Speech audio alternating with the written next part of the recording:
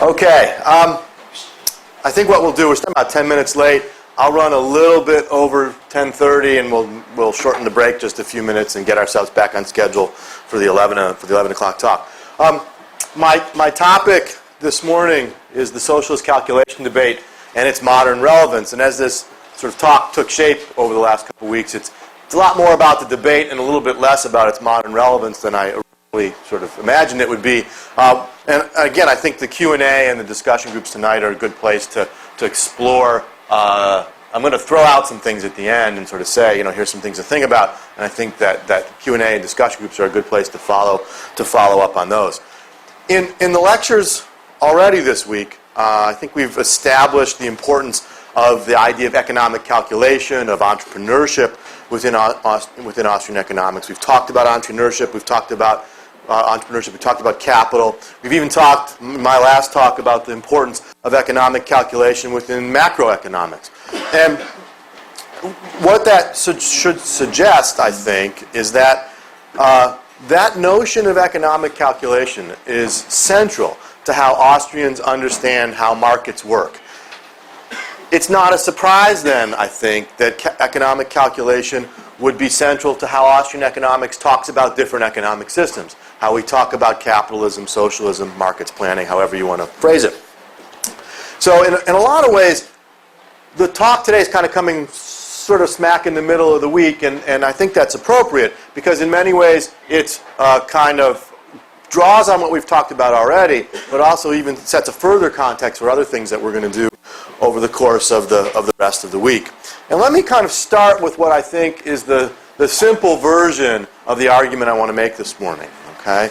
And that is that productive or effective economic cooperation, rational resource allocation, require effective economic calculation. In order for resources to be allocated efficiently, effectively, whatever word you want to use, and for human beings to cooperate and prosper, that requires effective economic calculation. You need to be able, as we'll see in a few minutes, to determine how to use those resources, some way of calculating the use of resources. The second part of the argument is that the effectiveness of that economic calculation depends not on the rationality of individual actors, but on the institutional environment in which they act. And this is a key point. It's not, we are not able to engage in effective economic calculation because we're really smart, or we don't get better at it because we get smarter in some way. What matters is the institutional context in which people find themselves. Does that context make it possible for people to engage in economic calculation and in learning? And let me use an analogy that my friend Pete Boettke uses all the time that I really like. Okay? Imagine you're in a classroom. Okay? And imagine instead of the green board here, we had a blackboard. And you're in this classroom, and your job as a student is to learn. And I start writing on the board, and it turns out the piece of chalk I'm using is a piece of black chalk. And I'm writing stuff on the board, and you can't see it. Are you going to learn? No. Right? But not because you're stupid, but because the institutional environment, that is the black chalk on the black board, doesn't allow you to learn, doesn't allow you to see what's happening. If I switch over to white or yellow chalk on the blackboard, then you'll be able to learn. Nothing's changed about you. What's changed is the context in which your attempts to learn and attempts to learn are taking place. And so that's a way of thinking about this point, that the effectiveness of calculation depends upon the institutional environment. And this is also something that, if you have read any of Vernon Smith and this notion of ecological rationality that Vernon has worked on, I think there are other strands within economics and the places that are sort of all looking at this same sort of question. And I think it is a way of reading the calculation debate, certainly one that I'm going to offer this morning. So some environments will make it easier to engage in economic calculation, some won't. Bottom line, capitalism enables it, socialism undermines it. And with degrees in between as to how well or how poorly it works.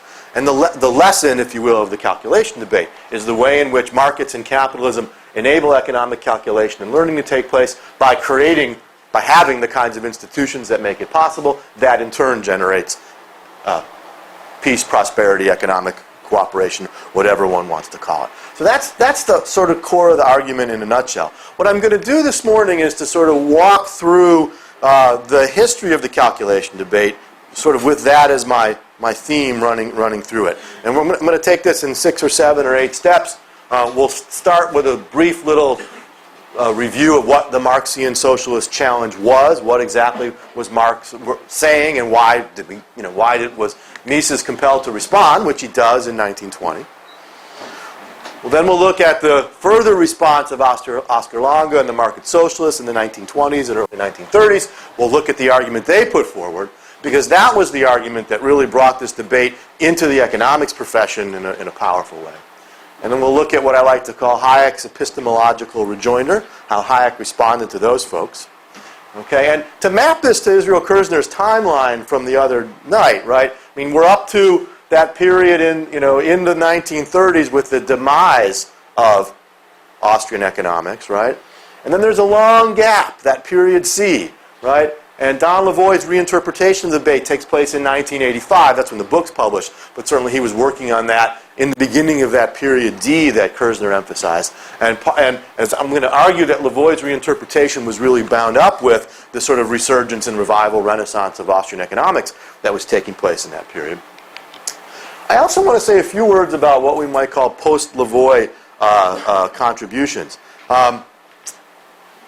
Because it didn't, Don's reinterpretation was very powerful, but certainly the debate didn't stop there. It didn't end it once and for all, we might say, unfortunately. But it didn't, and so there's been ongoing contributions since then. And I'll end with a few words about modern relevance and some policies of how we might think about the calculation debate in terms of economic policy. So that's where we're headed, all right? And we can't not talk about this guy if we're going to talk about economic calculation and the calculation debate. And I think it's important for Austrians to read Marx and to take Marx seriously. I do think that Marx in many ways remains, or the ideas in Marx remain, the fundamental challenges to how we think about markets. And if you can really get inside Marx, understand what Marx is trying to say, and then sort of blow it up from the inside, so to speak, I think that's a good intellectual exercise to engage in. And Marxian socialism emerges in the 19th century, again, as this critique of capitalism. And if you know a little bit about Marx, you know that Marx didn't say very much at all about what his preferred alternative system would look like. He spent much more time offering criticisms of capitalism. But I think, and that's if you're an academic, that's a great argumentative strategy, right? Because you're always the critic, you never have to offer an alternative. And in fact, if you can do what Marx did and really argue that that you can't offer an alternative set of institutions because the whole point of your theory is that when we get there, we'll figure it out, right? It's a really great way to inoculate yourself against having to provide those alternative institutions. And I think, by the way, it's a strategy that we still see today. If you've been engaged in debates with fairly hardcore socialists even today, right, it's very difficult to pin them down and say, well, what exactly will your world look like and how will it work? And most of the time they want to continue to raise their criticisms of capitalism. And when you say, well, what would you do instead? And how would it work? And how would these things happen? They're often very at a loss to provide answers. I think that's a vestige of Marx. But again, let me just remind you of the central ideas to Marx's critical analysis of capitalism. Some of these that we've mentioned along the way already. Peter talked a little bit yesterday about the labor theory of value. Certainly key for Marx, who believed that labor was the source of value. And as Peter said yesterday, this is intimately bound up with Marx's theory of exploitation, which I'll come to in just a minute.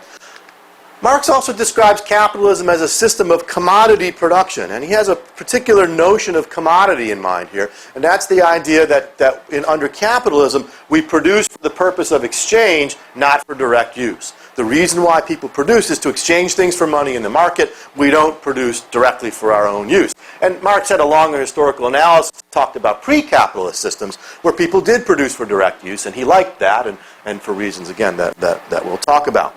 Certainly another key part bound up with the labor theory of value is the idea of wage labor, that under capitalism, workers get paid a wage. They sell their labor to the capitalist, their labor power to the capitalist, get paid a wage for it. That's an important feature of capitalism.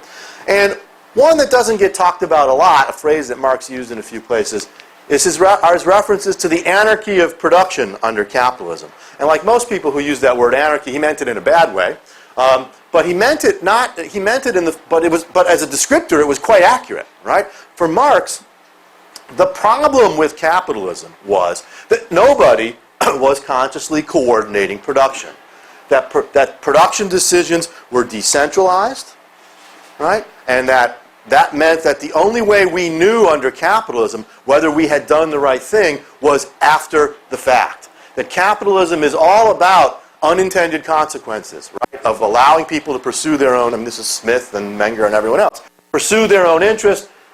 The degree of coordination, of cooperation that emerged was an unintended consequence of that self-interested behavior. And coordination is what we'll call ex post. We only know after the fact. Go back to Kerzner's talk. We only learn whether we did it right or not after we've done it. Right? Entrepreneurial error is the source of future entrepreneurship. That's ex post coordination.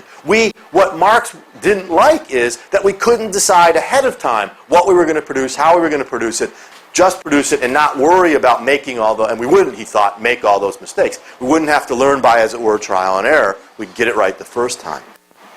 Okay? So that's sort of the idea central to his criticism of capitalism. Okay? Why socialism? Why the need for economic planning? Why get rid of markets? Well, there were two key flaws in capitalism, he argued. The first was alienation. And we use this word today, like teenagers, I'm so alienated from it. Okay, and we use it in this sort of psychological sense. And that's not the way Marx meant it. It's really important because I'm willing to bet if you had a conversation with faculty members, wherever you are, it's pretty likely they'd misunderstand what Marx meant by alienation. What he meant was, under capitalism, we have no control over what we produce and the conditions under which we produce it.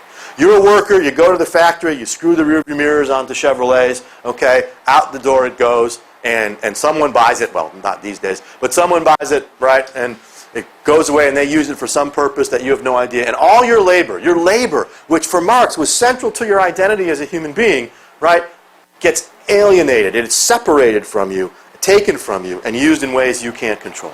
He says, compare that to pre-capitalism, which, while it had its problems, he said, at least there, the products of their own labor were under their own control. They used them for their own purposes, right? It was not this sort of anonymous, spontaneous order, basically, under which people's labor escaped their control.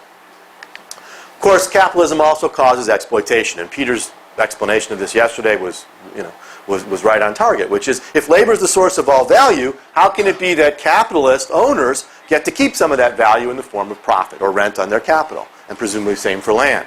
If labor is the source of all value, why don't every dollar that the capitalist makes is exploited off the worker, who has the rightful claim, as in Marx's belief anyway, as the originator of that value? Okay? Capitalists create value get to keep value they didn't create. Labor creates value that it doesn't get to keep. So what's the solution to this problem? And again, it's very hard to find in Marx where he makes this argument. And one way of teasing it out is to recognize it's an argument by contrast. Right? What isn't capitalism like? That has some implications for what socialism will be like. And I think the best reading of this is that what Marx wanted was participatory yet unified economic planning. That is, everybody's involved in the process, right? No more classes, right? Everyone's both a worker and an, quote, owner, okay? No private property in the means of production. We all collectively own the means of production. We all collectively decide what we're going to produce and how we're going to produce it. And the result, what we engage in, is the process of developing an economic plan that everybody is involved in creating, because that's how we avoid alienation, right? And that is nonetheless unified and everyone agrees upon. And again, if you know Marx, there's a lot of reasons he thought people would actually come to agreement about these things. But notice that this is, as opposed to that ex post coordination, this is ex ante economic coordination. Before the fact, we're going to figure out what to produce and how to produce it and what people want before we actually do anything. We're not going to have to learn from our mistakes through trial and error, right? We're going to coordinate it and plan it all out ahead of time. Marx thought that will eliminate the waste of capitalism because everybody owns the means of production. There's no more exploitation. Because we all know how things are going to be used and we have a voice in it, there's no more alienation. All right? So by eliminating private ownership of the means of production, by eliminating market exchange and commodity production, by having an economic system that's planned, as it were, not from the top down, but as part of everybody's process, that this would solve alienation and exploitation, and it would be more efficient. And it would avoid, because it would avoid those wastes that came from the anarchy of capitalism. And one of the points I want to make here, because it gets overlooked these days in a lot of discussions, Marx thought planning would be more productive, more efficient, and more rational than capitalism. You hear a lot of people today argue for various kinds of soft socialism today who say things like, well, sure, capitalism might be more productive than socialism, but it's not as just, it's not as fair, it's not concerned about the environment, it's not concerned about animal rights, whatever your particular issue is. Okay? But notice the concession there. Right? The concession is, well, sure, capitalism's more productive. I always want to say, well, there goes Marx then. Okay? Because Marx wasn't willing to admit that. The whole point for him was to enrich people, to make human lives, but he thought, he was wrong, as we'll see, but he thought this would make human beings more prosperous, more wealthy, we'd produce more stuff more efficiently.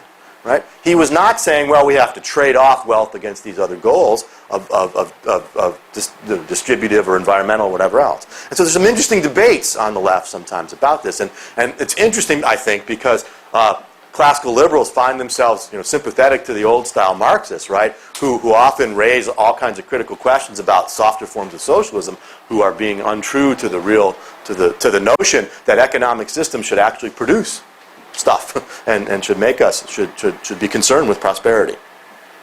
So that was the Marxian challenge. Again, that was Marx in what, 8 minutes or something? So that's obviously I've not done justice to the full story, but you get the basic idea. And so that by the turn of the 20th century, Marxism was on the rise. The notion of economic planning was on the rise. The idea that we could have an economy without markets was on the rise. And along comes Mises. And in 1920, there were other writers who, at the turn of the century, who had some things to say about these issues. Many of them made the point that whatever system you adopted, the problem to be solved was the same, that both socialism and capitalism had to solve the same problem of using inputs efficiently to make the outputs people wanted, and that's a kind of abstract point in theory. It didn't say much about whether socialism or capitalism was better. It's really Mises in 1920 who first really puts the argument out there. And the 1920 essay, Economic Calculation in the Socialist Commonwealth, if you've never read it, you should. And it's followed by his book called Socialism 2 years later. If you've never read it, you should. And it's that 1920 article, and then there's a sort of expanded discussion of it in the book, where he really offers the first Austrian response to the Marxian planning argument. And let me take a couple minutes to walk through what Mises argued here. The key point he starts from is that economic calculation is a problem of dynamic change. If the world never changed, if we were stuck in the evenly rotating economy, if there was no change, we might be able to figure out how to allocate resources. We might. All right? But in a changing world, we can't do that. There's just no way. And we need some kind of guide. We need some help to help us navigate the fact that dynamic change means uncertainty, right? You heard the last couple lectures yesterday, the notion so central to Austrian economics, that we're talking about real historical time. That means uncertainty. That means knowledge is always changing. And so the problem of how do we figure out what people want and how to produce it is a problem of dynamics. And by the way, if you read the early articles, he doesn't say this explicitly, but this certainly suggests that equilibrium theory, as economists were beginning to develop it at the time, was not going to be very helpful in understanding economic calculation and under capitalism and socialism. Come back to that point in a little bit. Central to his argument is the role of capital and the heterogeneity of capital specifically. And another sort of theme for you to think about this morning as we work our way through this is how central capital is to this debate, the socialist calculation debate. And you'll see, as Roger does his talks over the next couple of days, how central it is in Austrian macroeconomics. And I think that's really important, right? That the Austrian conception of capital, I think, is in many ways our fundamental contribution to understanding how a market economy works. And it's intimately bound up with these issues of economic calculation. Why? Think of it this way. Because inputs have multiple uses, we need a way of determining how best to use them. If things can be used for more than one use, then how do we decide which one to use them? Imagine two different worlds. Imagine a world where every capital good was totally specific. Every input had only one use and one thing it could produce. In such a world, do we need economic calculation? No. There's no decision to be made. You can only use the capital to produce one thing. You don't have to decide between alternative uses. Now imagine the opposite world. The world where capital is perfectly homogeneous. The world that Peter talked about a bit in his talk. Where capital can be used for any use whatsoever. Do we need economic calculation in that world? No. Because there's no opportunity, there's no difference, right? There's no opportunity cost, essentially. Okay? We can use the capital for X, we can use it for Y, there's no difference. It doesn't matter where we use it. We have a piece of this glob of capital. We don't have to decide which use to put it to, because it can be used to any of them. Right? From the producer's perspective.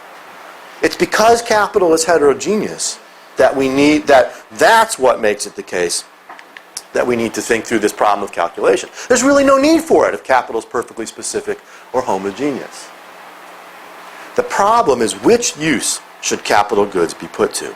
And notice, by the way, the problem here is not just what do consumers want. That's one problem. But the other, even if we know what consumers want, how do we best produce it? Which set of capital do we combine to produce the goods that consumers want? That's the key question. And in fact, when you oftentimes, I think, find when you debate this with people, the debate gets focused on this question, and particularly socialists forget about that question.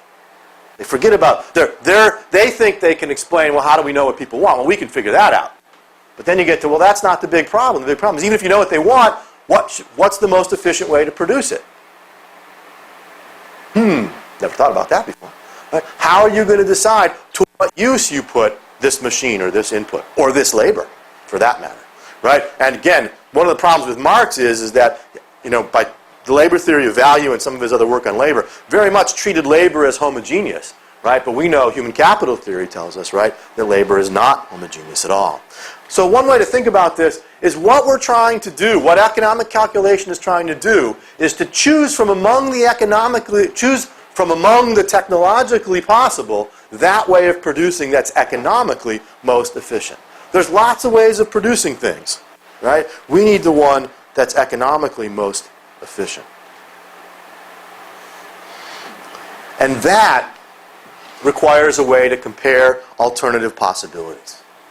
Now we need a way, some way, of determining which use is best. And Mises refers to this as that we need aids to the mind. We need some sort of help, some system by which we can make these comparisons. What Mises argued in this essay is that socialism lacks those aids to the mind. It simply doesn't have what we need to be able to engage in that economic calculation. And he points out, and there's been later literature on this too, that trying to measure value in terms of labor doesn't do it. The labor theory of value is problematic for reasons that we're well aware of. Okay, and that because labor won't work, we need some other way to do it. And there's been some later, even in the last 20 years, contributions to debate that have tried to resuscitate the labor values argument, that somehow we can compare things based on the amount of labor or the kind of labor that goes into it. And I don't think those have been persuasive, but I'll mention that again later on. So what exactly was Mises? How did Mises make this argument that markets could solve the problem? How is it that markets give us these aids to the mind? And you heard Professor Kerzner sort of outline this argument in one of the two lectures. And let me sort of recap it in a little bit more detail. The aids to the mind that we have under capitalism that enable us to engage in economic calculation are the money prices that emerge from monetary exchange. You can go back to the discussion in my talk yesterday, right? We have people exchanging goods against money, money against goods. That enables prices to emerge. Those prices are the aids to the mind that we need to compare capital goods. And notice, this is why you can sort of see where the argument's going. This is why it's going to be so important that we have private property in the means of production, in capital. Because those goods have to have money prices for us to make those comparisons. The existence of those money prices allow us to engage in what we'll call both ex ante and ex post comparison and calculation. And what I mean by that is that prices allow us to formulate plans and make budgets before we produce. And then they allow us, when we're done, to determine was it profitable or not? Did we use resources effectively? And to learn from those mistakes. Again, think about Kerzner's entrepreneur here, right, who's engaged in this process of deciding whether it's worth producing this good, right? And you need prices to make some guesses about whether it's worth it or not. And then after the fact saying, well, did we do a good job or not? Money prices enable us to do that. Well, if we want money prices, we got to have monetary exchange. And if we want to have monetary exchange, we got to have markets. And if we're going to have markets, we got to have private property, and in this case, specifically in the means of production. Money prices require exchange. Exchange requires markets. Markets require private property.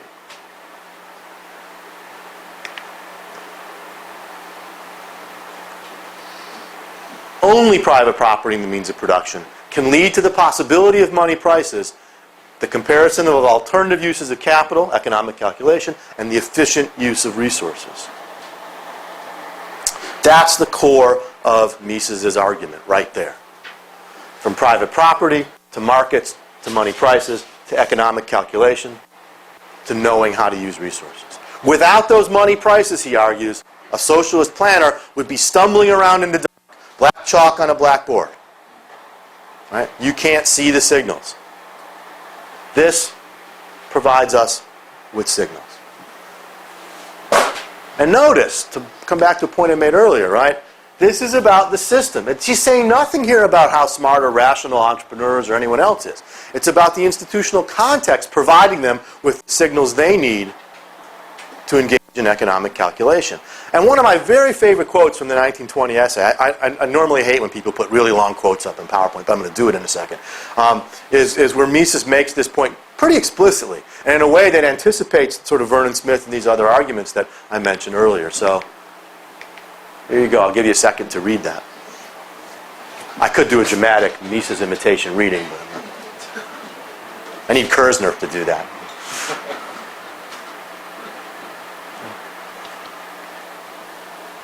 And the point he's raising here, right, is that, and it's really this middle sentence, unfortunately, commercial mindedness, that is, thinking entrepreneurially, right, engaging in economic calculation, is not something external which can arbitrarily be transferred. A merchant's qualities, being entrepreneurial, engaging in calculation, are not the property of a person depending on an inborn aptitude. By the way, the ellipse there, when in the ellipse he talks about it's not, you don't get it from going to business school or anything like that.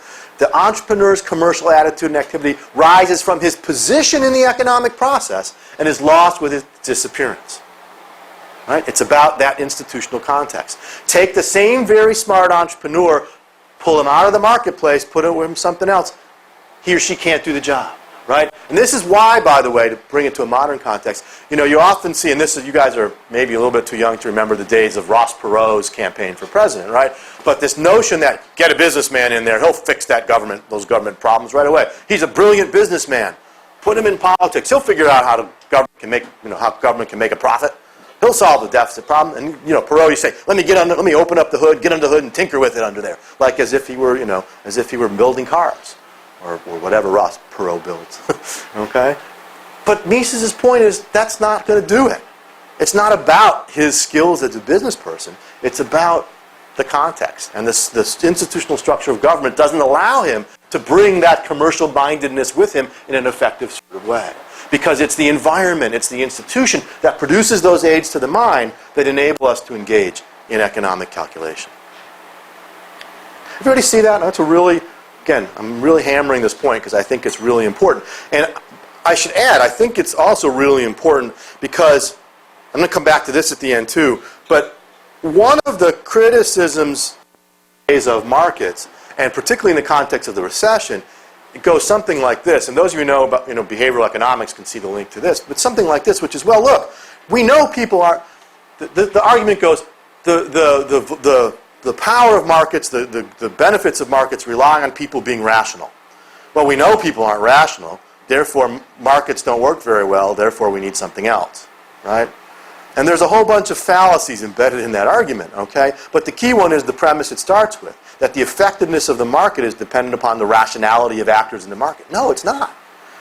We can all be, bumbling, stumbling Mengerian men, right? But if we have those aids to the mind, we can engage in calculation and learn from our mistakes. The question is, how well do systems promote learning as opposed to how smart are the agents?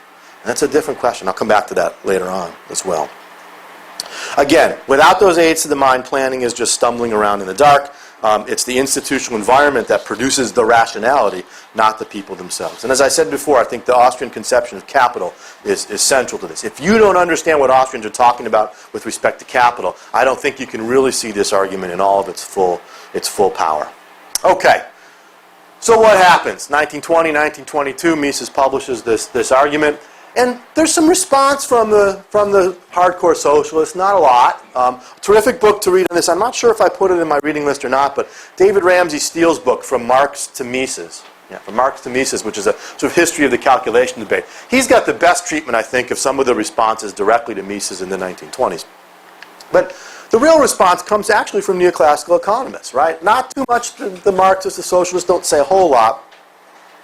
But it's mainstream economists in the late 20s and through the 1930s who respond to this and find in Mises' argument an interesting challenge for them to pick up.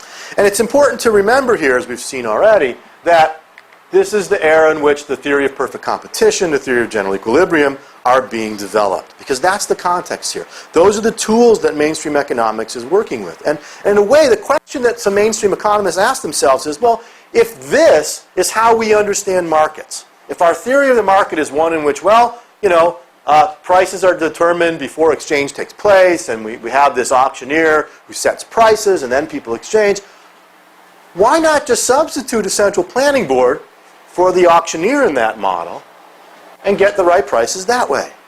Why do we need private ownership? We could have the state at least own the means of production, maybe not all the goods like Marx wanted, but at least the means of production, right? And we could have a central planning board use this kind of process of auction and trial and error to figure out what the right prices would be before anyone does anything. Then we'll get the equilibrium prices. Then we'll know what to produce. And the state can just direct, these state-owned enterprises to produce the right sorts of things.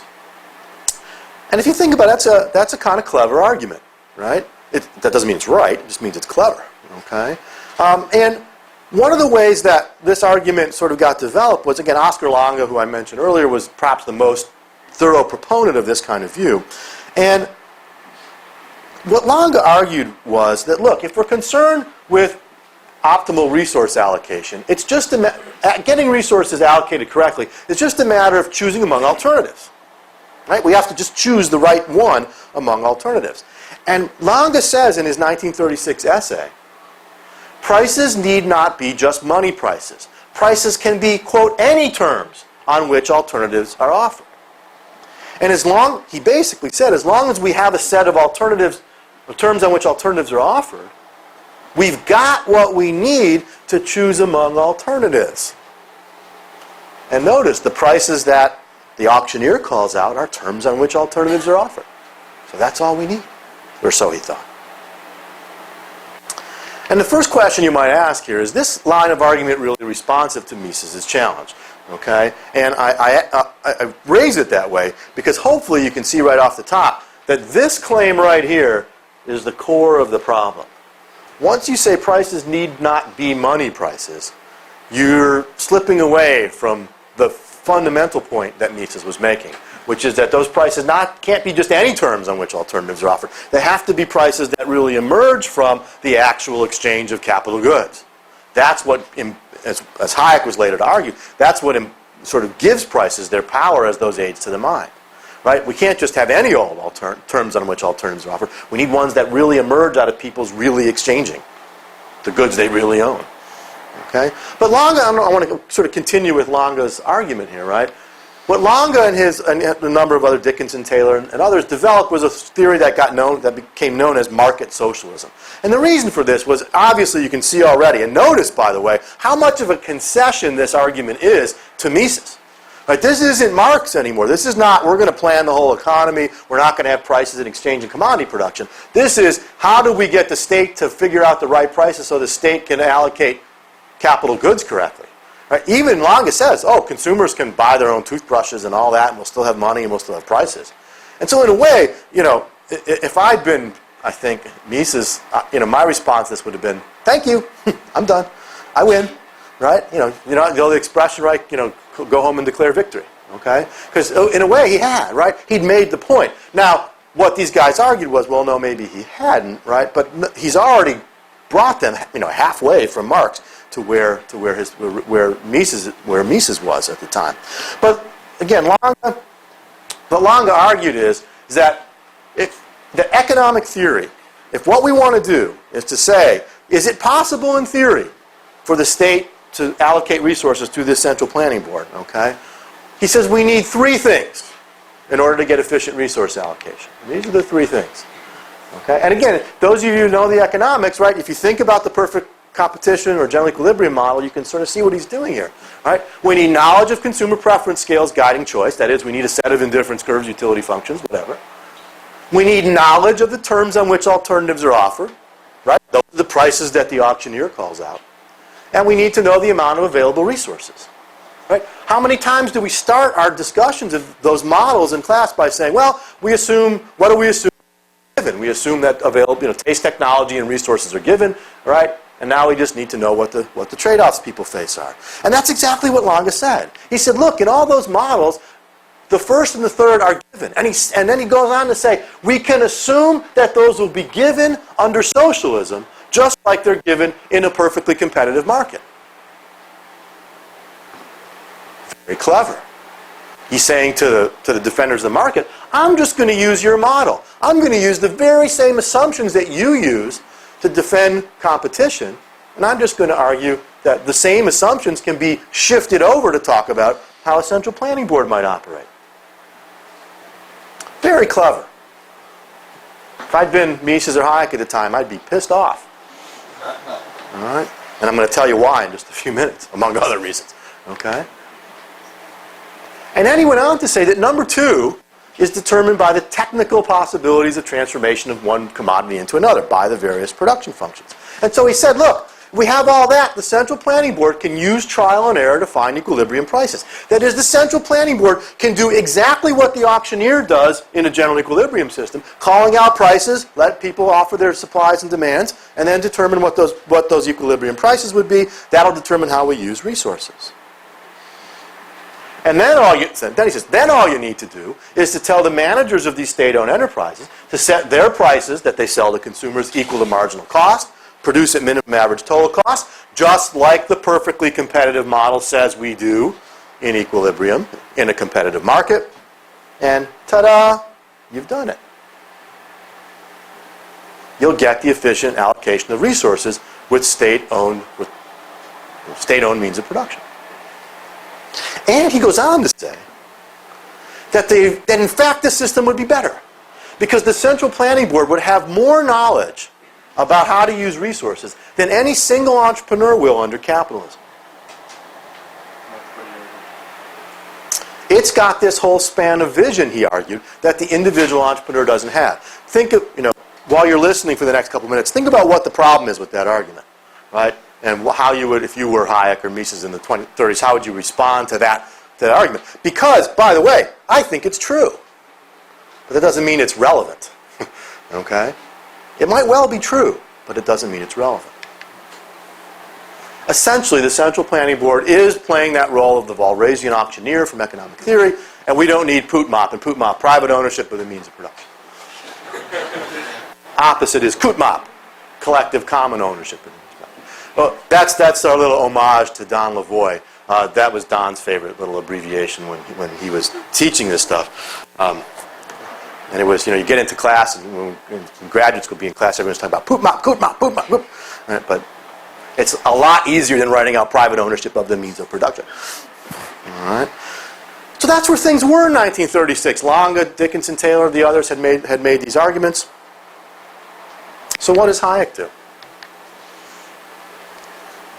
Hayek responds, and I think the key response of Hayek's is the 1940 article in the Collectivist Economic Planning book. I'm blanking on the exact title, but that's the key one you want to look at. But I'd also argue that and this is a point that Israel made the first night, that his papers, that the use of knowledge in society and the meaning of competition can usefully be read as contributions to the calculation debate, particularly use of knowledge in society, which if you read especially the last couple pages where he's talking about Schumpeter, that's really about the calculation debate and those issues and imputation and all that stuff in a really important way. And that last little bit often gets ignored in that article.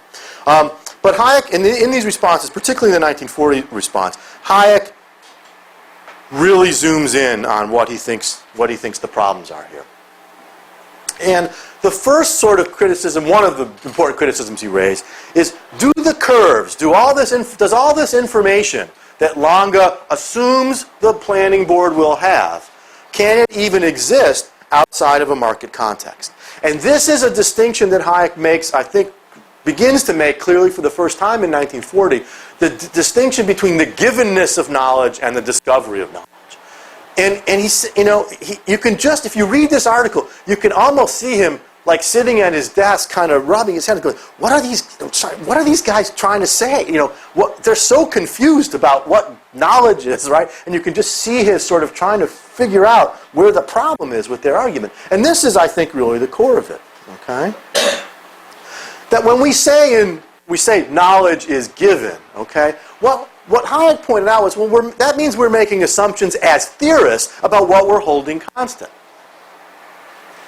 It doesn't mean we're assuming that people in the real world actually know these things. In fact, he says, in the real world, that's exactly the problem we have to solve, which is how do we discover what consumers want, what the best ways of producing things are, what kind of available resources we have. We don't know those things ahead of time. That's what we have to discover. And he says in the 1940 article, this is one of my favorite lines from this, what is forgotten is that the method under which given conditions is the cheapest, is a thing which has to be discovered, and to be discovered anew, sometimes almost day to day, by the entrepreneur. And by the way, if you think Hayek never talked about entrepreneurs, right there.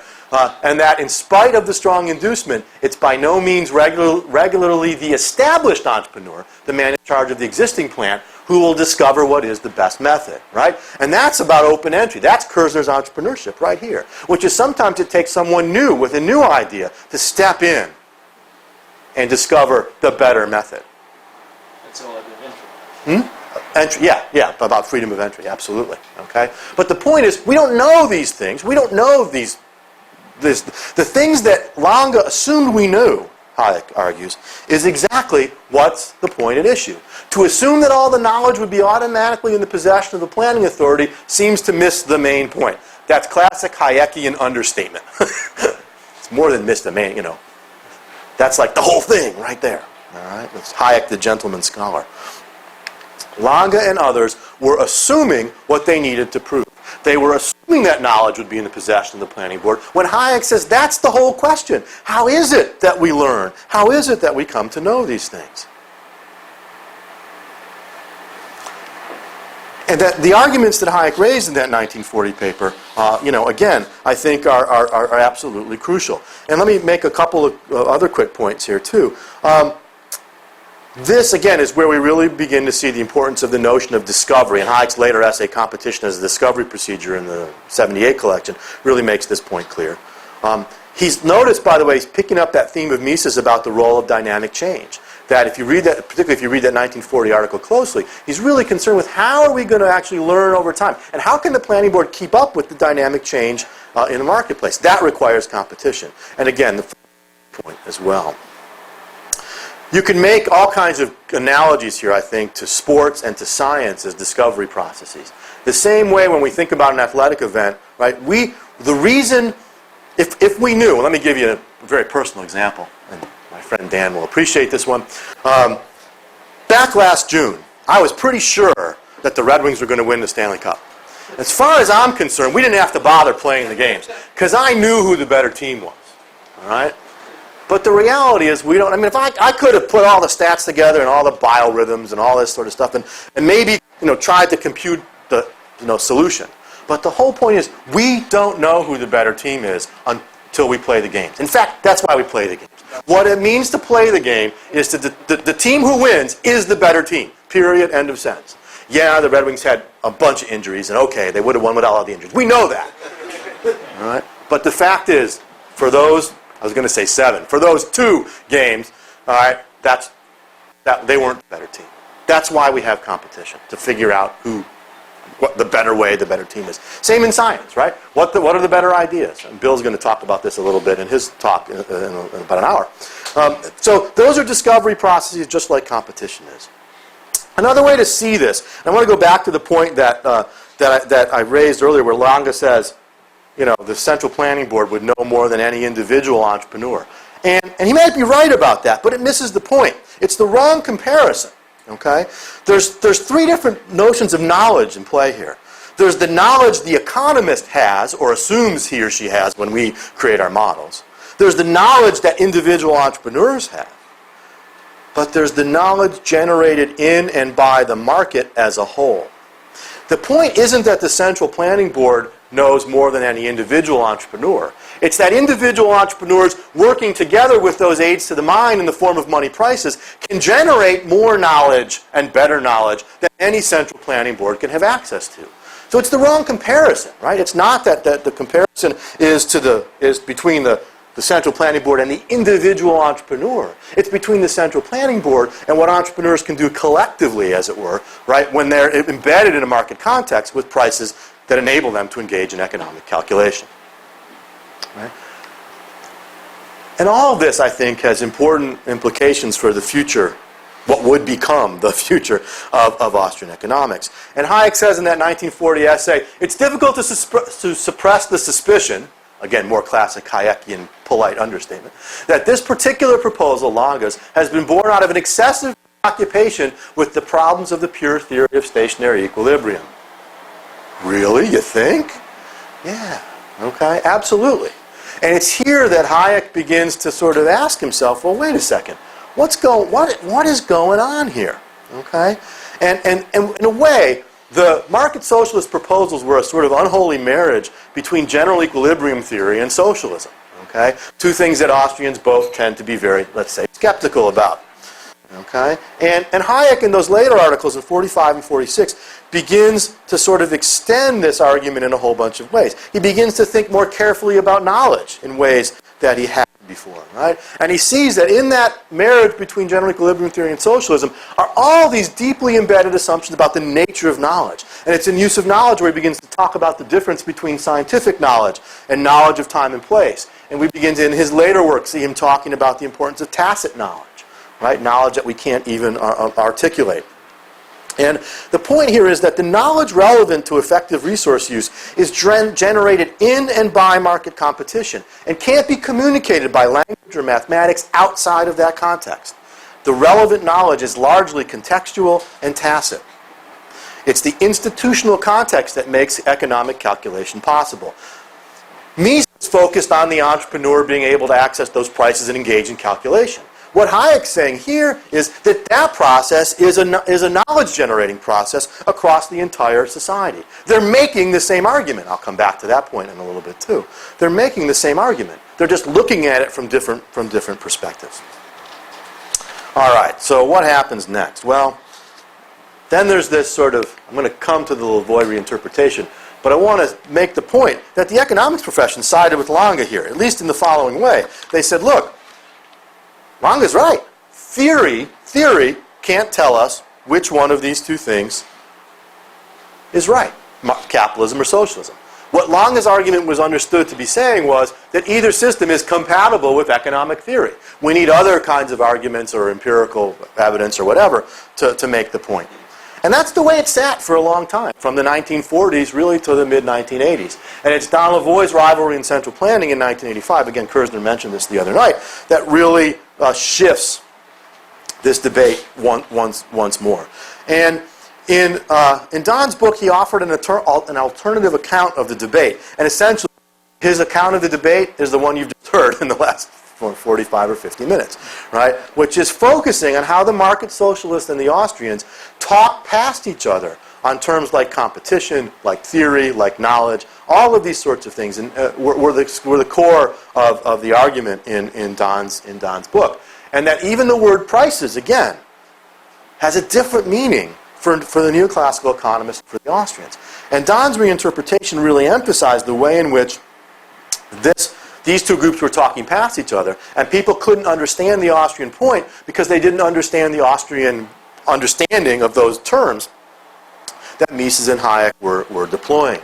And when Don was writing in the early mid-'80s, there were a number of things happening in economics that sort of were congruent with what he was arguing. People were again paying more attention to Austrian economics post-1973-74. There were things happening within the mainstream, the development of property rights economics, other sorts of things that were emphasizing this more sort of dynamic, process-oriented conception of the marketplace. And what Don's book really did was, first of all, he got economists, especially historians of thought, to rethink the calculation debate, to really to recognize that the verdict of the profession was likely wrong, that Mises and Hayek had a better argument than they thought. It also had a second effect, Don's book in particular, but I think others as well. It gave us as Austrian economists yet another way of rethinking our own uniqueness, right? To understand, to go back. Remember, Kerzner said we sort of, post 49, right? There was that sort of time bomb, delayed effect, right, of the 49 books. And it's really by the early 70s, and then really by Don's book, too, in the 80s, that people really began to rediscover what was happening in those Hayek essays in the 40s and in Mises's Human Action. And the irony of this, of course, is that Oskar Lange is a key character in help defining modern Austrian economics. And Lange once wrote that Mises's challenge was so important to the socialists that the socialists should erect a statue of Mises in the Ministry of Planning, right, to thank him for challenging them. And he said that. He really did say that. And we used to joke in grad school that, no, he had it backwards, that we, the Austrians, ought to be erecting a statue to Oskar Lange for helping us better understand what Austrian economics is and how market processes work. Because it was Hayek's rethinking, the challenge Hayek faced, Mises too, but more Hayek in this case, faced from the market socialists, that really got him thinking carefully about Austrian economics again. And the way I like to put this is that Lange and those folks caught Hayek by surprise. They used the tools of economic theory, tools that Hayek thought, right, were tools that were to be used in the defense of the market. Okay? I'm jumping ahead of my PowerPoint here. Okay? That they were using economic theory, which for Hayek was about how markets worked, but they were using it to defend planning. And that, you can imagine that pissing him off, right? What are they doing? They're using the stuff I thought was about how markets work to explain this. And then he has to think to himself, do we really understand economic theory in the same way? And you can see Hayek thinking through this. And isn't equilibrium versus process central to the problem here, to the misunderstanding? And aren't all these knowledge assumptions at the bottom of that? And I'd argue, by the way, that there's parallel issues going on in the debate with Keynes. All these issues about knowledge, capital, equilibrium versus process are all happening in that debate as well. And this helps us, I think, understand why Hayek turned away from economics after the 1940s.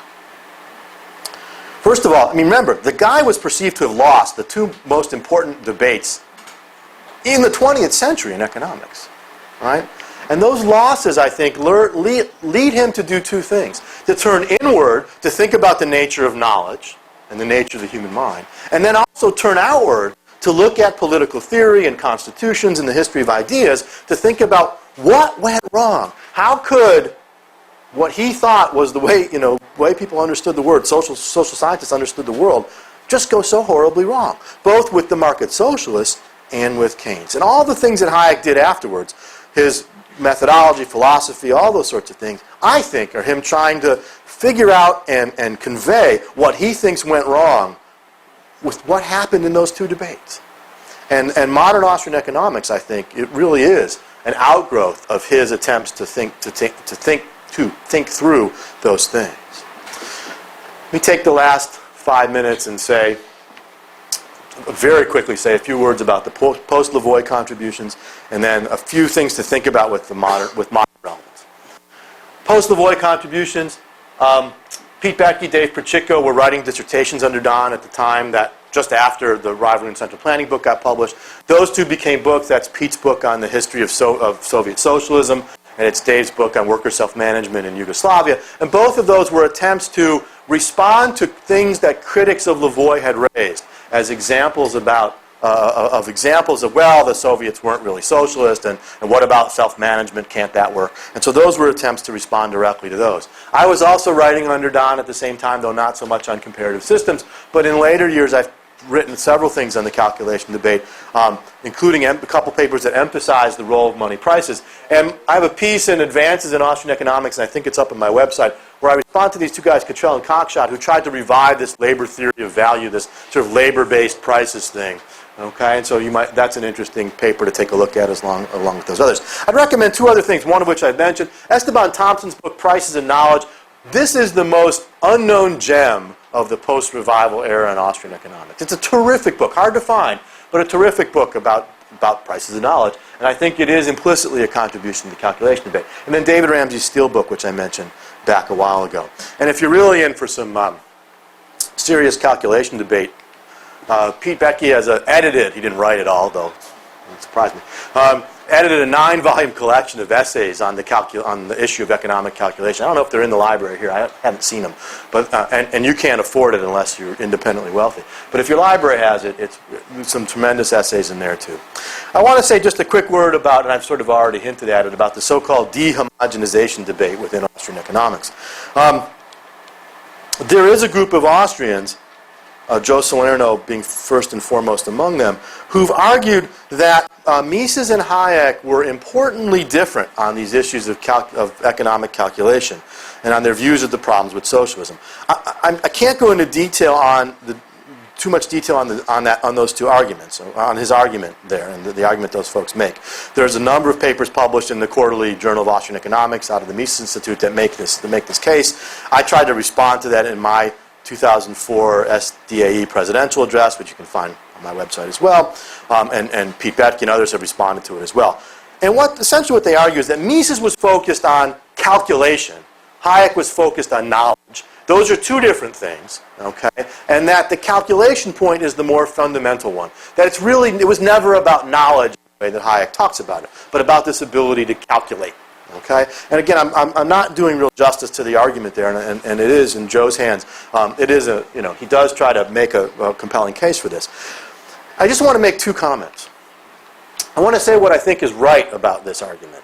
And one of the things that Salerno does in this work is he really reminds us about the importance of economic calculation and this concept of appraisement in Mises, where what entrepreneurs do is make use of prices and their other knowledge to engage in this process of appraising the economic situation, of calculating, of figuring budgets, of trying to engage in that very conscious, intentional sorts of human action. And I think that's right. And I do think that he's right to say there is a de-emphasis of those points in the stuff written by many Hayekians.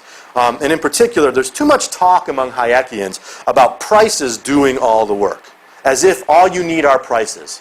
And if you have prices, you can do everything. And I've even, my own presentation today has emphasized that role of prices. But the point I want to make here, and the point that I think Joe rightly makes, is that it's not just about prices. It's human beings using prices and using other knowledge to engage in economic calculation. And so when some Hayekians say things like, well, prices coordinate the economy, no. Prices help human beings engage in economic calculation. That leads to a more, greater coordination or growth or whatever word you want to use. And I do think Joe's quite right to do that, and I think that reemphasis has been valuable. I think what's wrong here is to say that that's somehow inconsistent with Hayek, because there's nowhere in Hayek where he said just, only about prices. You saw the entrepreneur make a little appearance in there, right, a little while ago. Okay, calculation and knowledge. Yeah, they're different words and they mean different things. They're two sides of the same process. Mises and Hayek were responding to different things. focus on calculation and choice and Hayek's focus on knowledge and spontaneous order are simply two parts of what it means to do good economics, good Austrian economics. Remember, what do? We analyze human action and its consequences, both intended and unintended. You need both Mises and Hayek to do that. And I'd argue that Hayek in many ways took for granted Mises' work on economic calculation as he made his own arguments. He just assumed that was right. And he was making a different point, responding in a different way to a different audience. Okay, so I think that's again what's right, and I think what's weak in that argument. Well, as I this is a talk I've never given before, and so I figured, do I have an hour? And now I'm at an hour, and I haven't got to the modern relevance stuff, of course. So I'm going to do this very, very. Oh, I mention one more book. I should mention Ted Berzak's Socialism After Hayek. If you want a defense of a form of socialism from a person who really has read and understood Hayek deeply, this is a book to read. And it'll be a book that'll challenge you in some interesting ways. And Ted's a really great guy, too. So you should read this book as a good challenge for you to think about some of these issues. Anyway, let me just say a quick word or two about modern relevance. What's the relevance of the calculation debate today?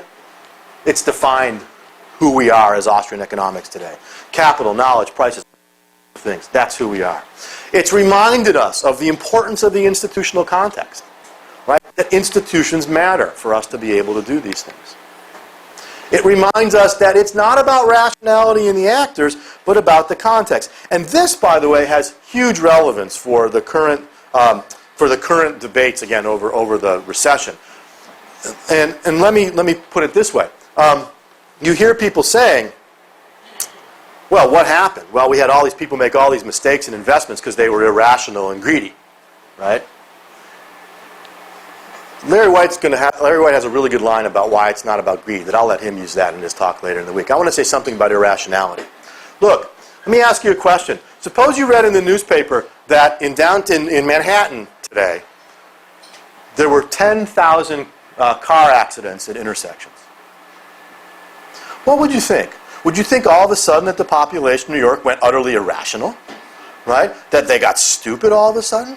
I don't think so. What would be your likely guess? Earthquake. Earthquake, yeah. Well, I heard someone say it. Yeah, the traffic lights aren't working, right? The signals aren't working, right? It's the same people. They're as smart as they always were. But if the traffic signals aren't working, there's going to be accidents all over the place. That's about the institutional context, right? Why do people make all these mistakes about housing and the related investments in the current recession? Not because they're stupid per se, because the market signals were off. And I would argue because of the Fed and other forms of government intervention. But I'll let Larry talk about that in his talk later on.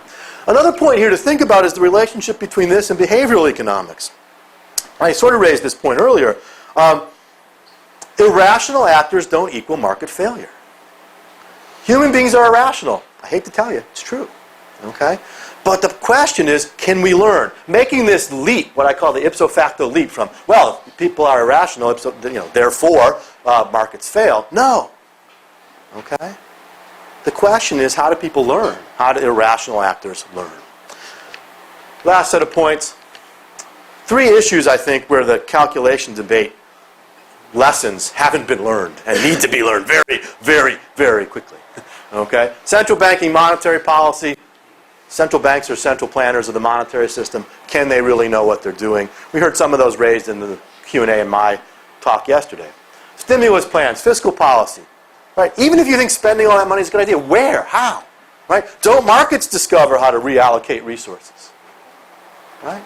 Isn't that what we've learned from the calculation debate? The healthcare debate, right? Great, all we need, I'm calling it Freddie Med. Okay? All we need is a government, insurance corporation to compete with the private ones. That worked out really well in the housing market, right? How does it know what to do?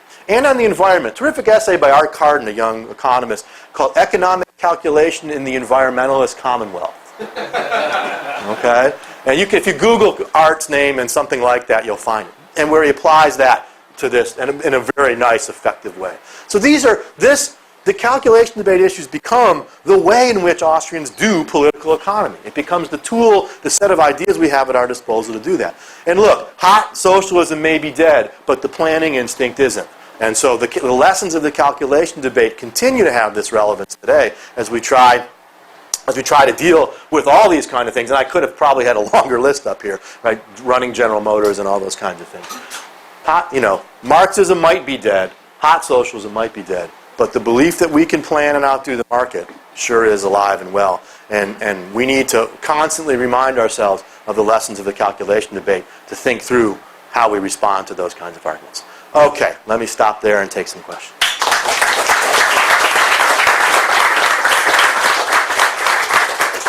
Yeah. How do you define rational actors? Oh boy. I wasn't trying to shoot for a very specific definition of irrational actors. Let me put it this way. At least within behavioral economics, what those folks are doing is going into the lab and looking at how people choose and how people behave, and seeing in the actual empirical behavior evidence that people don't behave the way in which economic theory says they do or should. That we make decisions that we don't weigh risk accurately and those sorts of things, and therefore we engage in we use misleading heuristics, all these sorts of things. And often there are those who then say, see, people are acting irrationally. Your theory of the market says that people need to be rational for markets to work. We have this lab evidence that they act irrationally, therefore markets must not work very well. And what I want to argue is first of all, the premise is wrong. It's the markets don't depend on the rationality of actors, but on whether they can see the writing on the chalkboard. Okay? And so even if people are irrational in that very specific sense of not behaving the way the economist model says they do or should, right, that doesn't undermine the marketplace. Does that get at it? Yeah, and back. Okay. I find I'm Canadian, so this is really, really relevant. Yes, I love Canadians because I've lived all my life but 4 years near the within 20 minutes of the Canadian border. See, I even had a hockey reference for you. I appreciate it. So I'm wondering how you address the fear of transition and adjustment, and the whole theory that there'll be chaos and misallocation while everything's readjusting and moving from the planned social central planning system towards that. And how do you address the transition and the transition through policy? Because I think that's where you lose a lot of Canadians and a lot of females is in the field. So how do you address that? Wow, that's a great question. So how do you address, and this is a sort of question of sort of rhetoric and public presentation, how do we talk about if we're transitioning away from planned or regulated systems that will have chaos, and it'll be crazy. I wish there were a really good answer to that question, and I'm not sure that there is. I'll just say a couple of things. I think it's true in one sense that when we move away from heavily regulated systems, people have to make choices and engage in sort of mental activities that they wouldn't otherwise. You guys are all too young to remember what air travel was like before airline deregulation. In fact, you're all too young to remember what telephone service was like before. You didn't have any choice, right, in the States. The airplanes, everyone charged the same price. Okay, you didn't have to go price shopping. You didn't have to worry about staying over a Saturday night. With telephone service, you got it from the same place. It was one fee. There was none of this plan or that plan or these sorts of things, right? It was, and you can come up with all kinds of other examples like this. And it's true, right, that these things become more complicated. Yet what happens over time is that we see that competitive process tends to sort this out in ways that makes it progressively easier on consumers. Phone plans are easier today than they were 10 or 15 years ago. Even cell phone plans are easier today than they were when cell phones were earlier on, when you had all these complicated plans, until entrepreneurs began to discover that there was a fairly narrow range of options that people really wanted. Okay? And I think with the airlines, somewhat less so. But we also begin to just internalize that behavior. That becomes the new normal, as it were. And I think part of the response is that it's true. We don't know exactly what it is that unfettered competition will produce. And there is quite genuinely a fear of the unknown there. But the whole point of competition is that it's the best way of guiding us through that unknown. It's true we're giving up a bird in the hand, right? Something we know and are comfortable with. And again, that's part of the irrationality and nudge and all that sort of stuff, that people have biases towards the availability biases and known biases and all these sorts of things. And I think you just have to keep drawing on arguments from history that sort of, are analogies that are compelling to people about how that change, how those changes might take place. And if you can find examples of other systems that that work, I know, and that wasn't a happy face right there. And there is no easy answer. And let me expand this point. I think one of the real problems that classical liberals face is that markets are really, really unnatural, and that humanity, we spent eons, thousands, millions of years in an environment in which the notion of acting on self-interest, of coordinating through prices, anonymity, all those sorts of things, that was utterly non-existent. We are human beings whose physical and the physical structure of our minds and our bodies were honed in environments utterly different, that are more like families or tribes or autonomous markets, where we have to understand these long exchanges of cause and effect. So the market's really, really unnatural in that sense. And so getting people to the cognitive biases that people have about why they resist markets, and again, this is I'm sound like Brian Kaplan here too, okay? But if I have to be talking twice as fast, it's really something. But the cognitive biases that people have, right, really make it difficult for market arguments to be persuasive. And it's a real challenge, we were talking some about this in my discussion group last night, to find rhetorically effective strategies that recognize the ways in which people understand the world and tune market arguments to them. And if I had the answers, I wouldn't be here. I'd be out, producing videos and everything else.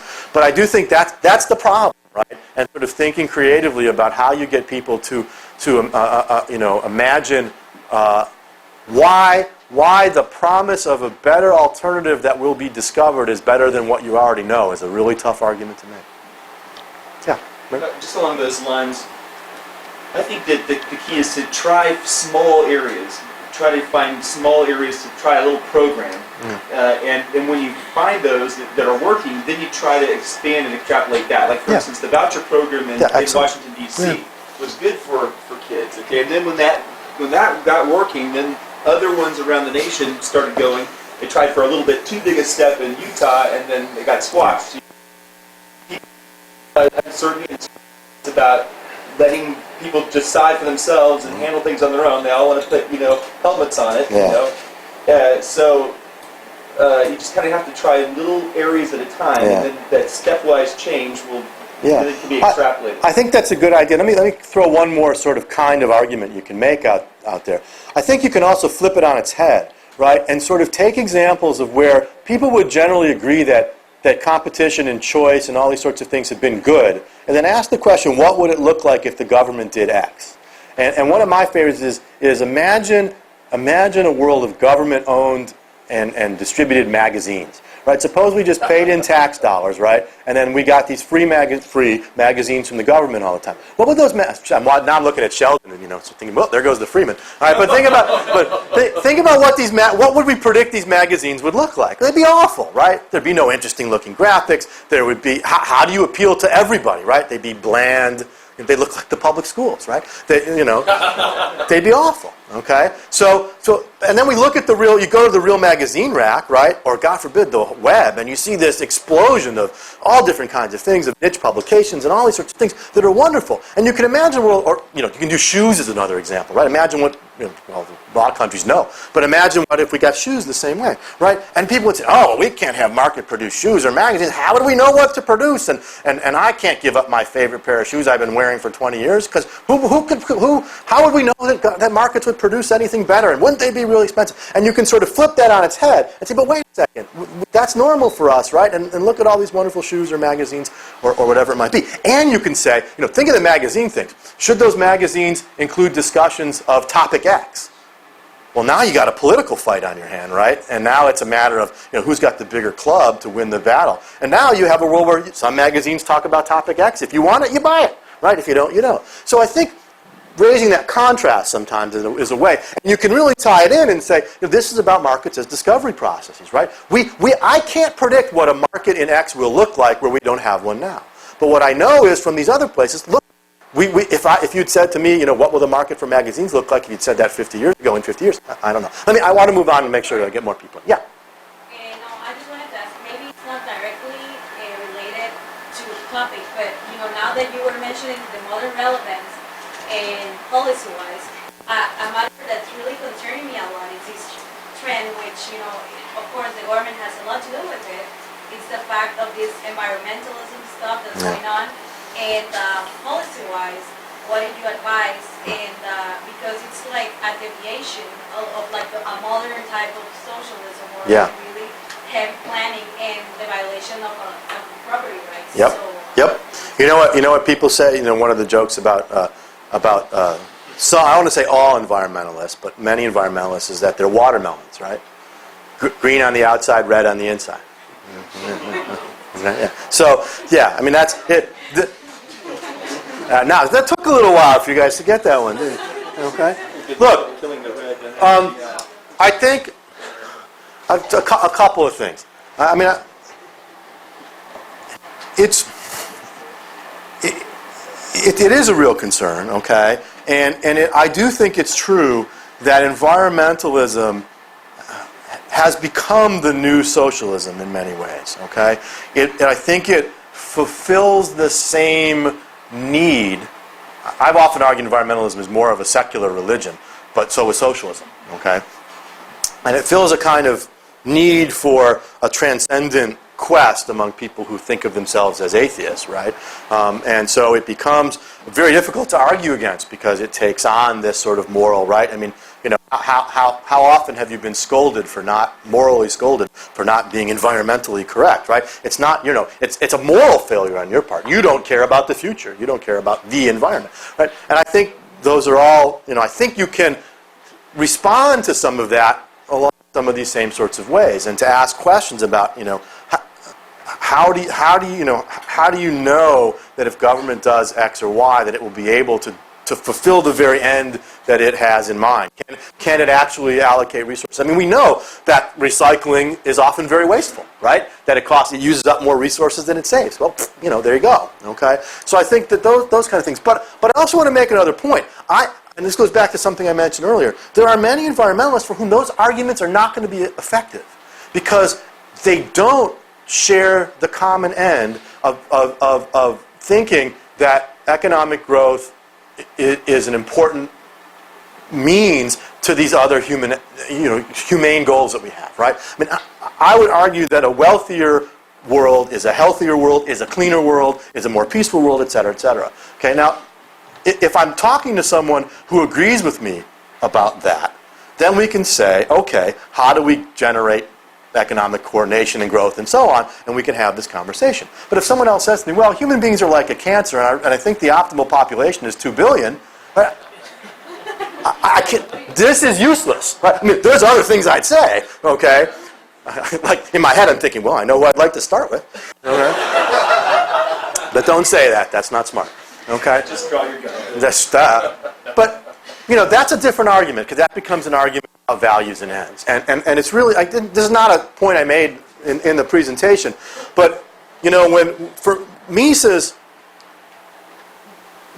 made the original arguments here, he was trying to make what he would have called a value-free argument. And what he meant by that was, he was saying, look, I'm assuming we all agree on what the goal here is, right? And he was right with respect to Marx, which was how do we get the more efficient, rational use of resources? And his argument is an immanent criticism, saying you have this goal, but the means you're adopting to pursue this goal won't achieve that goal. Planning can't be more productive, and here's why. Okay, and that's a great argumentative strategy. And when you have people who agree on the ends, you can do that. Okay, but when you don't, then you got to ask other kinds of questions, right? Then you got to say, go read Julian Simon or whatever it might be, right? To sort of say that your assumptions about the supposed damage that people are doing, But if it's really, there are, really radical environmentalists who really, sort of do see human beings as a cancer and all that, and I don't know what, that's when if I'm at a party, that's when I say, sorry, I got to go get a drink because there's, either I'm going to say something I'll regret, or it's not going to, the argument's not going to be very productive. Got time for a couple more questions. Yeah. Would you say that modern? Would you think we need to respond to modern socialism like that Pericon or some cockshots papers on algorithmic price setting or whatever? Yeah. All these sort of modern market socialist version stuff that's using sort of high tech, computer model-y kinds of things to talk about how we could set prices. I think the argument I think you got to go back to the knowledge issues there and say, look, the reason why those folks are saying we need to get the right prices. And I think part of the Austrian response is, yeah, we do, but the way you get the right prices, you can't zoom in and get the right price like that. The way you get prices to be generally more right is have the right institutional context in which they can emerge. How does that happen?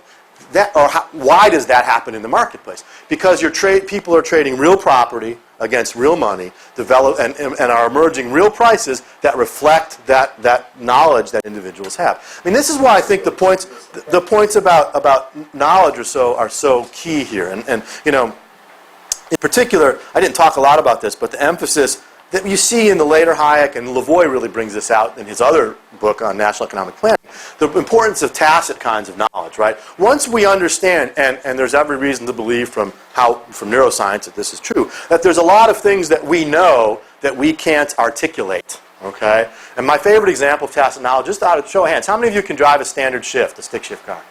Okay. The number gets smaller every year, but it's okay. Have you ever tried to teach someone else how to drive a stick? Okay. Yeah.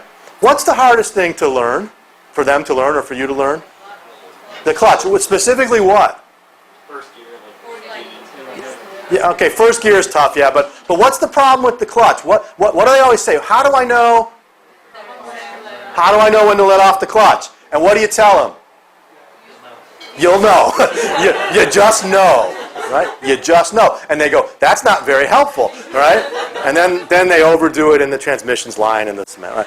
So, but you just know.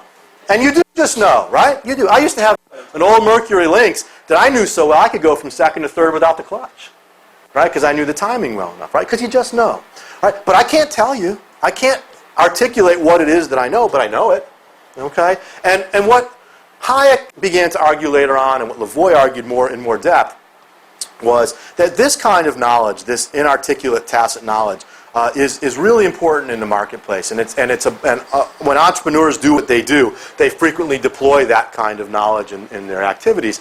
And that kind of knowledge cannot be put into an algorithmic price discovery model, right? Because we cannot articulate it in words or in numbers. But we can make it available to other people through our actions in the marketplace. Even if the producer can't totally articulate why she thinks this particular capital combination is the right one, but she does it, that affects the prices of those goods. That puts that knowledge into play in a way that it wouldn't be otherwise. And by moving that price around, it makes it available to other people, other entrepreneurs, other consumers, to make use of, right? The use of knowledge in society, okay? And that's why, and I think that's part of a response to some of these more formalistic treatments of prices, that you need real prices that emerge from real monetary exchange, because those prices will reflect all that knowledge that's out there, and that's what will enable people to calculate better than they would otherwise. I think I used the analogy of static the other day. You want as static-free a system as you can have, okay? And that requires that you have genuine markets. We've got time for one more. Yeah, yeah, go ahead. The knowledge problem and the information problem is simply basically a reversal of cause and effect, meaning it seems that all those who are claiming that they can basically anticipate the market are simply ignoring the subjective theory of value. They reverse cause and effect. They're trying to, you have to have evaluation of the consumers, profit and loss, would actually impute all of these valuations backwards. And it seems that all of the arguments that I read about in the knowledge that we were talking about is simply a lack of understanding this cause and effect relationship. They reversed it. Who's the they? Is it the... It's the people who, Hayek is basically talking about the knowledge problem. It seems that the knowledge problem is a result of the fact that the subjective theory of value is being ignored. That's right. By whom? By the planners or by Hayek? Why is there no knowledge? Why do markets have better knowledge? Yes. Because of Menger, because of the idea that consumers are valuing the different process Yeah, of sure. producing goods, and then the entrepreneurs come in the scene with the profit incentive, and basically through this process, the valuations are imputed backwards to the prices of capital and goods. And so I think that the knowledge problem is simply from reverse the effect. If you look back to pre-Menger era, you can basically make that argument that you can have socialism, that you can have a market socialism. And right, once you, I mean, if what you're arguing is once you recognize the subjective theory of value. This is sort of like an observation slash question. Yeah, no, I think I hear you now. What Yeah. I'm observing is that if you ignore Menger, if you ignore the subjective theory of value, you can make that argument better. Yeah, right. Make the socialism argument better. I think that's right. Okay, as you've just phrased it now, I think that's quite right. Okay, but notice what I point to in Menger as being central, and you actually captured it, is the capital goods, consumer goods imputation. That whole mechanism, which is bound up in economic calculation, and part of that, right? That's the key to the key implication of the subjective theory of value is that, and the point that Kerzner made, right, about the arrow going the other way, right? And I do think once you really begin to take that seriously, all the other pieces of the response to socialism fall into place. And I think, and there's some truth to saying at the end of the day, those who adopt the planning mentality really haven't understood at least the implications of subjective